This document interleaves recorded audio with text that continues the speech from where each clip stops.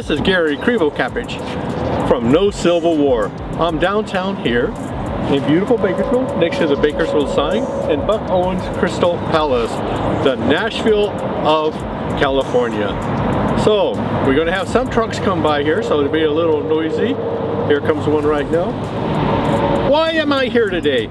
I'm here today to scold President Joe Biden. Joe Biden, you're helping the Trumpies too much and they don't even know it. Why? Because I've got some positive headlines for you and I go through it. Good part about these headlines is you can go Google them and find out what stats are behind them and whether they're right or wrong. Anyway, I'm gonna go back to my studio and go through these.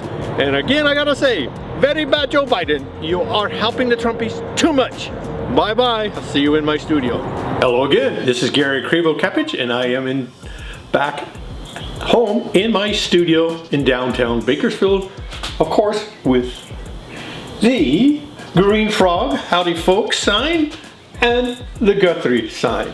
So I'm coming back down here. I'm going to go through headlines, positive headlines for President Biden, and I want to scold President Biden, quit helping the Trumpies. Thank you. Number one, Georgia labor force shows strong unemployment rate stays fixed at 3.1%. That's pretty good. And look at there, it's from Fox News. Alone, one of my favorite sites, better than expected job reports shocks Fox's Mari Bartonoma. Wow, big beat. Wow, that's from Fox, a compliment. Here's another one from Fox News praising President Biden. Scold on Fox News and President Biden because you're helping the Trumpies. Fox Business again. Wow, I got a lot of Fox stuff in here. Reshoring jobs to America. Along with Trump, Biden is actually doubling the reshoring of jobs to America. Gosh, this is from Fox again. Biden touts manufacturing jobs as industry pushes for more action in the State of the Union. Jobs brought jobs are bringing jobs back. Number 7, Fox News. Fox sector job growth unexpected surges by 479,000 in June. This is one of the most important things. Biden signs the CHIPS bills. This is to bring the chips back to the United States. We need these for defense, our cars, and everything. If we go into another market problem or shortage problem, we need our chips. We don't want to wait a year and a half, 2 years for cars. It's really important. Plus, you're in your war, you want to make those chips here. So Biden's moving on that and bringing them back. In fact, in Phoenix, there's a big Intel plant going in. So this is good, helps everybody, the Trumpies and the non-Trumpies. Oh, this is a good one here. This is really good. This is for everybody out there. News, unemployment is at its lowest level in 54 years. Oh, and while I'm on this one, you can always go back in, since these all typed in, and look at the original article, look at the data, see where it came from, and see what source it came from. And of course, every source is sort of biased one way or the other. Here's another one for the economy. South Mountain West states see manufacturing boom under Biden. Good. But under Biden, you're helping those Trumpies. There's a lot of Trumpy states there. Texas, Florida, all that. Wow. Fortune. Biden, massive manufacturing pushes is working, and the U.S. companies have already committed $200 billion to the new projects. In PR, oh, my favorite place, Biden beats on bringing factories back to America, building on some Trump ideas. Wow, that's pretty good. NPR never praised Republicans, actually is praising Trump here. So this is the coalition we need to get together and bring jobs. Everybody needs to bring jobs back. This is an important one, ABC News. Why the jobs boom could worsen inflation. This is an obvious thing, and nobody wants to point it out, is if you're bringing jobs back and you're not paying somebody $10 a day to do something like in Mexico or China, or even 20, and you're paying them 50 bucks an hour in the United States to make it, you're going to have those prices go up. You're going to have inflation. We're going to have to live with inflation for a while if we're going to bring these jobs back, good jobs back to the Trumpies and the non-Trumpies and the demos. We got to bring all these good jobs back like it was 40, 50 years ago. But you're going to have inflation, and nobody's going to tell you that because inflation is the election killer. But what Biden should do is say, hey, we're going to have inflation. He just says out instead, we're going to have inflation. We're going to try to cut spending and control inflation. But in order to bring these good jobs back, we're going to have to suffer. And yes, we may have to have a program to help those who are on fixed income. This is on immigration. Unlawful southern border entries down 7% from the record highs since Title 42. That's a little old article. Biden is working on that. He definitely needs to stop encouraging people to come in illegally. Let's just get a program. Everybody that wants to come in, get in line and take your turn, and let's vet good people to come in. And when I say good people to come in, that means black people, white people, brown people, everybody from every country that can help this country move forward. Oh, here's another political fact. Tim Scott is wrong about more illegal immigration under Biden than under Trump and Obama combined. That's an interesting one. You may want to go back and look at that or look at the stats behind that. This is a good one.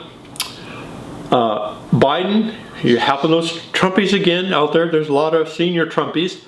You're helping them cut those prescription drug costs. This is something that has been going on for the last 50 years they're trying to do, and Biden with the Republicans have finally moved forward on that. Biden calls President Xi Jinping dictator, fueling Chinese anger. So Biden is even stronger against the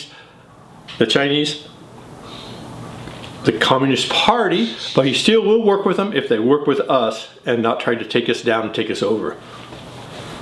Okay, Biden does have a Build Back program. This is good because it will help with bridges and build back our infrastructure. Our infrastructure is really declining. Biden is heading to Europe. A king and a war are on his agenda. This is an important one because Biden is very well respected across the world. And I hate to say it, Trump was a laughingstock to most countries, except for like Saudi Arabia, where he gave $1 billion each one of Trump's kids. Don't know what that is. That kind of is a little larger than the Hunter Biden scandal or whatever that is. But maybe they had to look at how his kids got $1 billion apiece from the Saudis. Again, Biden is strong. Biden and NATO send Russia a defiant message. That is good. Helping Ukraine, our brothers in Ukraine. The Ukrainian army is doing really good. They're fighting for themselves and doing quite well at it. And why we want that? Because if they go into Europe, we're going to be there defending Europe under NATO. If they go into Eastern Europe, they're going to take over. Then they're going to take over Europe, and then we're going to start taking over the United States. So we really have to protect our freedoms, our freedom of religion and freedom of speech and freedom, land ownership rights, etc., etc., etc., because this is a great country like many great countries. Biden says, U.S. can't let terrorists and tyrants win. President Biden is strong on this. You can take a look at this and his speech that he just did on the Israeli-Palestinian war. Fox News, Brett Holm, praised Biden for his speech on the Israeli-Palestinian war. That is good. Number 2. This is a good one. This shows where Biden is working with the world. The United States is key to holding the world together. Now, it's not that we want to dominate the world, it's that we want freedom for the countries that want freedom. Okay, this is another good one. Biden is working on prescription drugs and getting those costs down. That's, again, been something that's been going on for 40, 50 years. They want to do it, but they are doing it. And this is important because this is bipartisan success. Here's another one on the prescription drugs. Nearly 19 million seniors and other Part D beneficiaries are projected to save $400 per year on prescription drugs. So that is good. You can always, again, I'm pointing out, you can go back, take a look at these. You should be able to get these articles back by just typing in a few of the words.